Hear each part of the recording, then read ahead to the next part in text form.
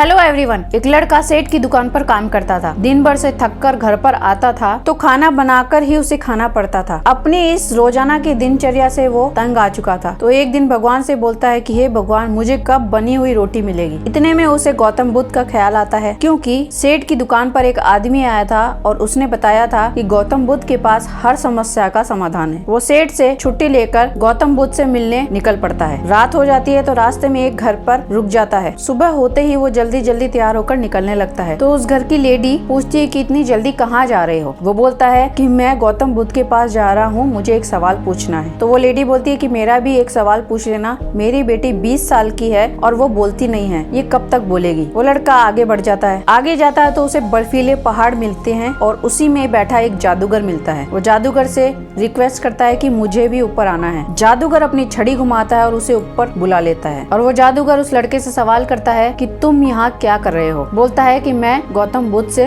मिलने जा रहा हूँ, मेरा एक सवाल है। तो जादूगर बोलता है कि मेरा भी एक सवाल पूछ लेना, मैं 1000 साल से यहाँ पर हूँ, मुझे स्वर्ग कब मिलेगा। और आगे जाता है तो उसे रास्ते में एक नदी मिलती है। अब नदी कैसे पार करे। अचानक उसे एक कछुआ दिखाई देता है। वो कछुए को बोलता है कि मुझे नदी पार करा दो। कछुआ बोलता है नदी तो मैं पार करा दूंगा। वो कछुए पे सवार होकर आगे चल देता है। कछुआ बोलता है तुम जा कहाँ पे रहे हो। तब वो लड़का जवाब देता है कि मैं गौतम बुद्ध के पास जा रहा हूँ, मुझे सवाल पूछना है। कछुआ बोलता है मेरा भी एक सवाल है। बोले मैं 500 साल से यहाँ पर हूँ, मुझे ड्रैगन बनना है, मुझे कब इस देह से छुटकारा मिलेगा। अंत में वो गौतम बुद्ध के पास पहुँच जाता है, लेकिन गौतम बुद्ध बोलते हैं कि मेरे से सिर्फ 3 सवाल ही पूछ सकते हो। लड़का सोच में पड़ जाता है कि सवाल 4 हैं, किसका पूछूं किसका नहीं पूछूं। फिर वो सोचता है कि मेरा सवाल ही रहने देता हूँ, बाकी उन तीनों के सवाल पूछ लेता हूँ। तो लड़का बोलता है कि रास्ते में कछुआ मिला तो उसे ड्रैगन बनना है, वो कब तक ड्रैगन बन जाएगा। गौतम बुद्ध जवाब देते हैं कि कछुए को बोलना कि अपना कवच उतार दे। फिर वो जादूगर का सवाल पूछता है कि 1000 साल से एक जादूगर पहाड़ी इलाकों में फंसा हुआ है, उसे कब मुक्ति मिलेगी। गौतम बुद्ध जवाब देते हैं कि उस जादूगर को बोलना कि अपनी छड़ी का त्याग कर दे। और अंत में वो लेडी का सवाल पूछता है जिसकी लड़की 20 साल से बोल नहीं पा रही है। तो गौतम बुद्ध जवाब देते हैं कि उस लड़की की शादी करवा दो, वो बोलने लगेगी। अब वो वापस लौट जाता है। रास्ते में फिर वही कछुआ मिलता है, बोलता है कि आप अपना ये कवच उतार दो। कछुआ जैसे ही कवच उतारता है तो मोती झड़ने लगते हैं। तो कछुआ बोलता है कि ये मोती तुझे गिफ्ट में दिए। वो लड़का सारे मोती ले लेता है। अब वो अमीर बन जाता है। आगे जाता है, जादूगर को बोलता है कि आपको अपनी छड़ी का त्याग करना पड़ेगा। बोले बस इतनी सी बात, छड़ी तुम्हारी। जादूगर वो छड़ी उस लड़के को दे देता है। अब उस लड़के के पास शक्तियाँ भी हो जाती है। आगे चलता है, वो लेडी के घर में पहुँचता है, बोलता है कि इसकी शादी करा दो, ये बोलने लगेगी। तब वो लेडी बोलती है कि तुमसे अच्छा लड़का मुझे कहाँ मिलेगा। फिर दोनों की शादी हो जाती है। इधर धन भी मिल जाता है, शक्ति भी मिल जाती है और लड़की भी मिल जाती है और रोज खाना बनाने वाली भी मिल जाती है। अब लड़के की समस्या का समाधान पूरी तरीके से हो जाता है, क्योंकि उस लड़के ने